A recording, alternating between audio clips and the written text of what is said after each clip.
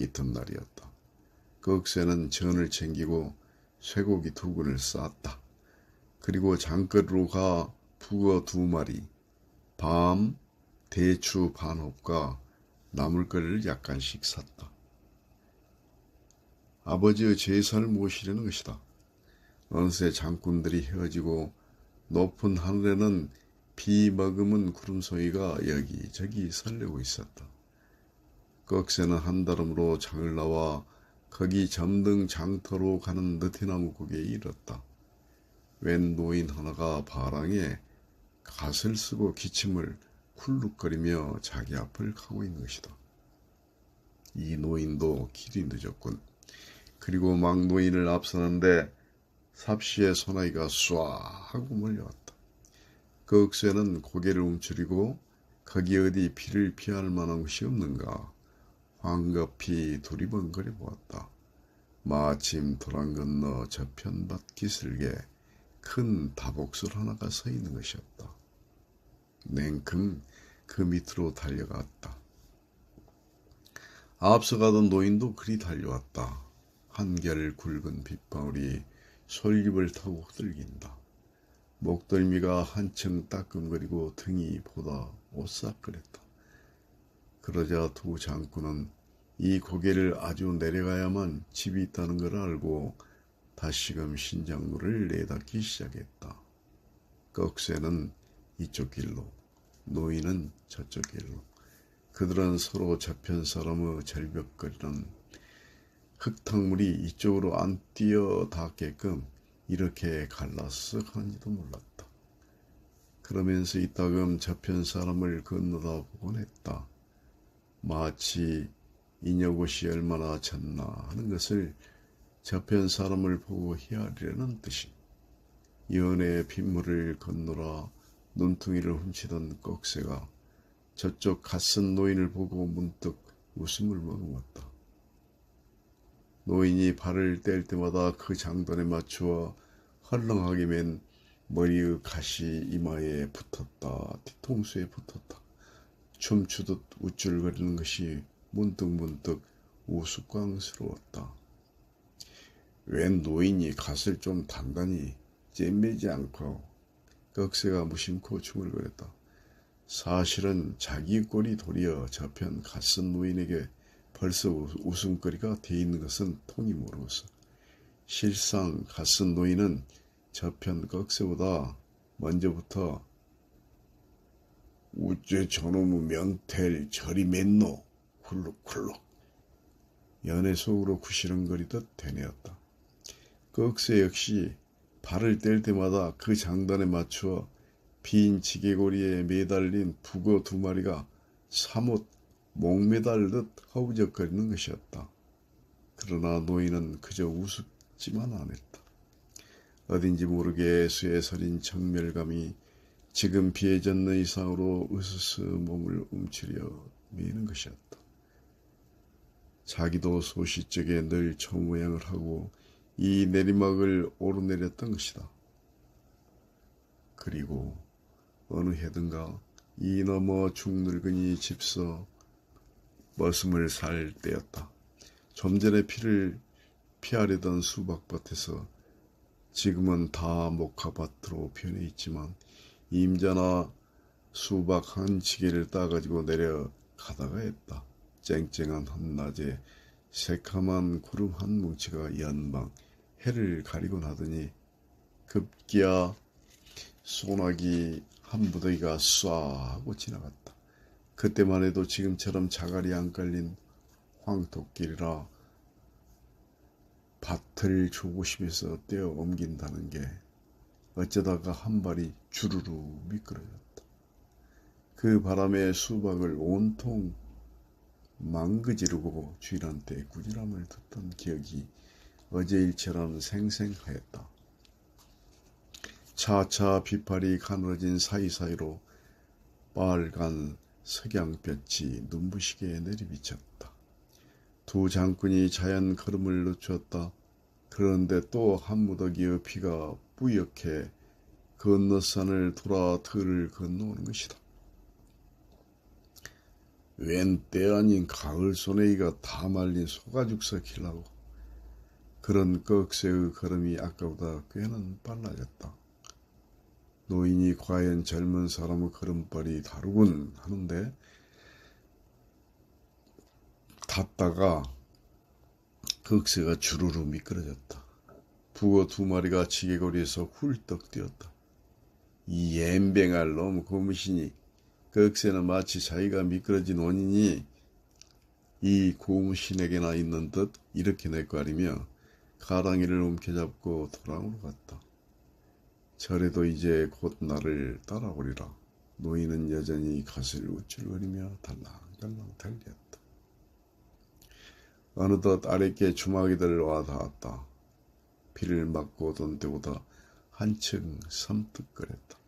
짐들을 내놓고 가랑이부터 짰다. 꼭 빨래를 짜는 심사들이다. 노인은 술청 앞으로 가 바랑을 끄르고 꺽쇠는 주인한테서 물 한 바가지를 얻었다. 북어를 헹구려는 것이다. 그리고 지게어리에서 신문지와 흙이 더덕더덕 붙은 주먹만한 덩이를 하나 냈다. 거기에도 물을 끼얹었다. 쇠고기였다. 그런 꺽쇠에게 문득 옛날에는 호식이란 게 정말 있었던가 하는 생각이 들었다. 해마다 아버지의 제사를 앞두고 생각나는 의문이었다. 마치 아버지의 제사를 앞두고 더욱 은밀한 분노를 걷잡을 수 없듯이 까마득 연화문의 저쪽이었다. 그 어머니가 운명을 앞두고 꺽쇠를 불렀다. 애비야, 너 허리 좀 안 걸어. 머리맡에 앉혀놓고 손을 꼭 붙잡았다. 그리고 떨리는 목소리로 쉬엄쉬엄 이렇게 말하는 것이었다. 내가 너희 아버지를 만난다 해다. 그러니까 내 나이 17살 때로구나. 그때가 아마 동짓달 초 닷새 날이었을 게다. 바로 시집온 첫날 밤이다. 그에 따라 겨울 날씨가 유난히 따뜻했었구나. 바람 한 점 없는 봄 날씨 모양 한없이 훈훈했다. 그런 날씨가 꼭 그날 밤 들어서다.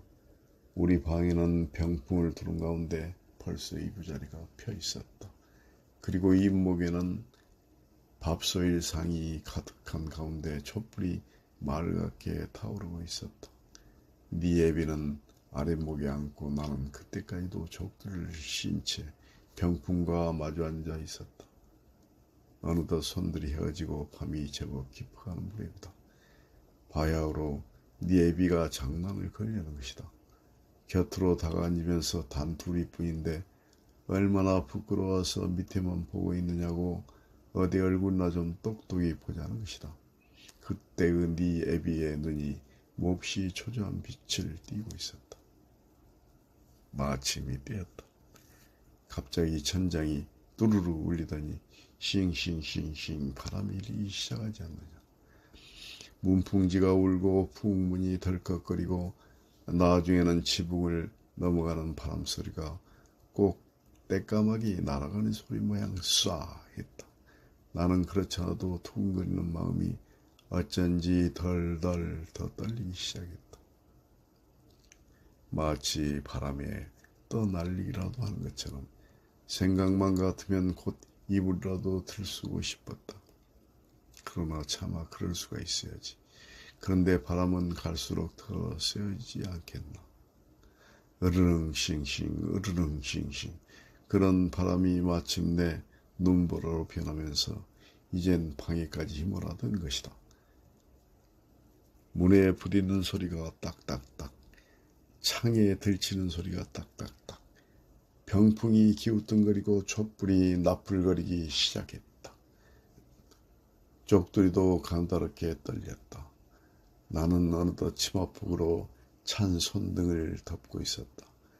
윙윙윙윙 싱싱싱싱 촛불이 꺼질 듯 말 듯 꺼질 듯 말 듯 누웠다 일어났다 누웠다 일어났다.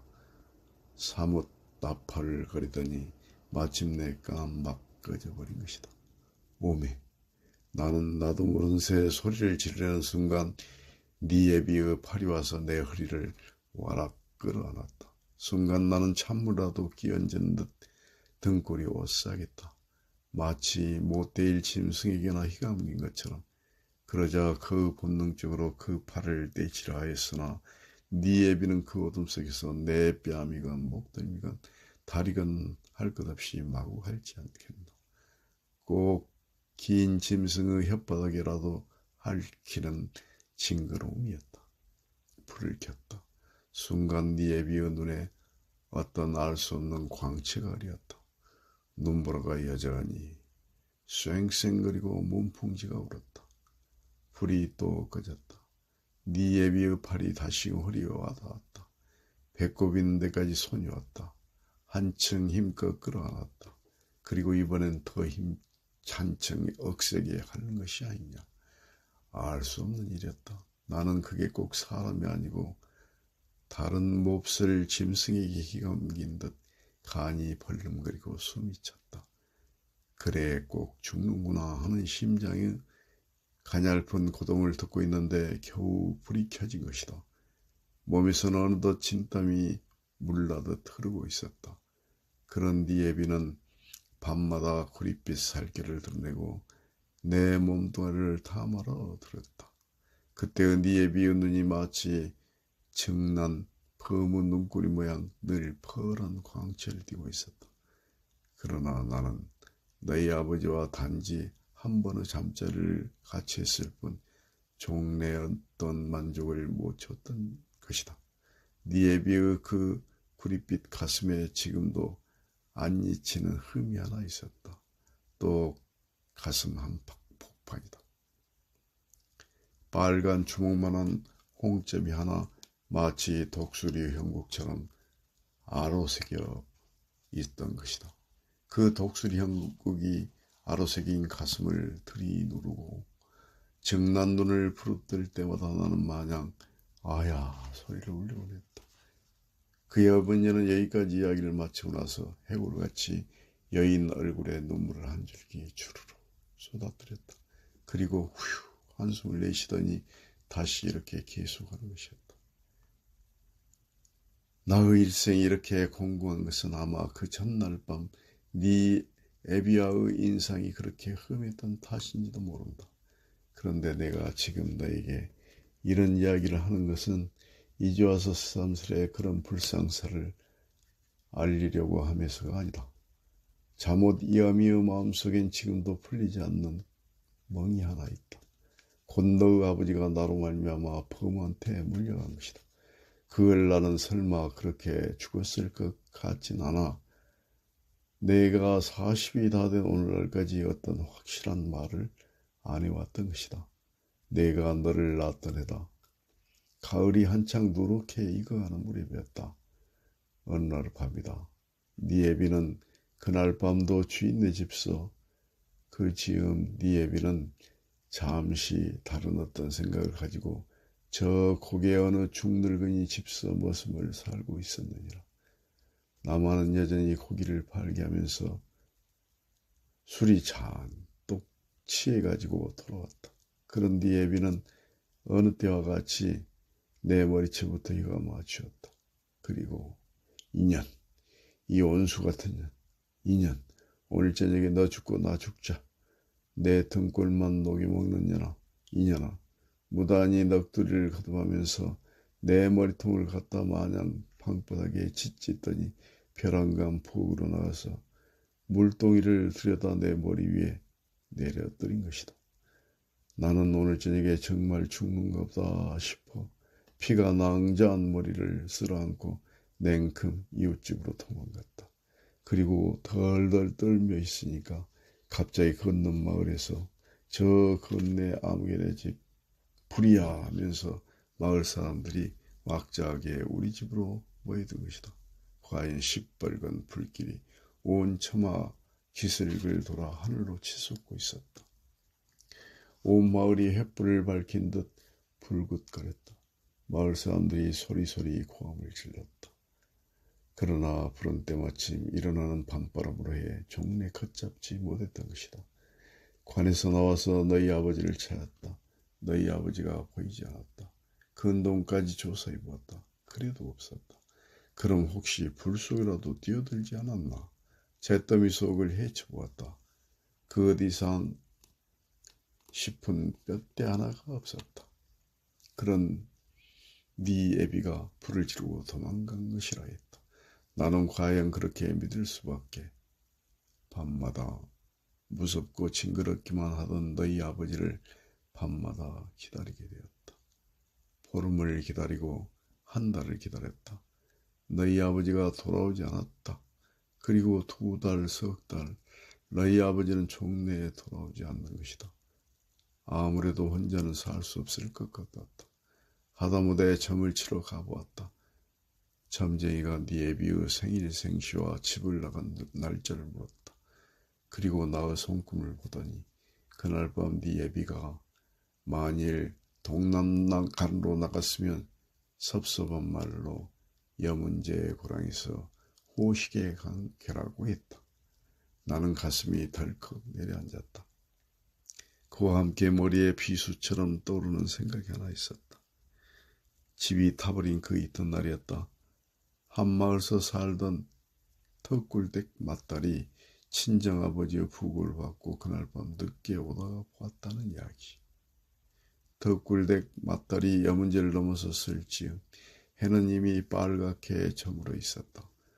2 주먹을 불끈 쥐고 단숨에 십리길을 내달았다. 그리고 이내 조그만 고개밑을 다다랐을 때였다. 젊은 사내 하나가 반대편에서 잔방이 바람으로 달려오고 있었다. 덕굴댁 딸은 머리끝이 쭈뼛 곤두섰다. 어떤 사람일까? 그러나 다음 순간 적 안심이 되는 것이었다. 잔방이 바람으로 달려오는 사내는 한눈에 보아서도 그 우람스러운 몸짓하며 갸우뚱거리는 걸음걸이가 틀림없는 친정머루 사내인 것을 짐작한 것이다. 그리 하도 반가워서 불러 세워보려다 말았다는 이야기. 그러나 나는 네 애비가 그렇게 못쓰게 죽었으리라고는 믿어지지 않았다. 그 뒤로도 몇 달을 더 기다렸다. 너희 아버지가 여전히 돌아오지 않는 것이야.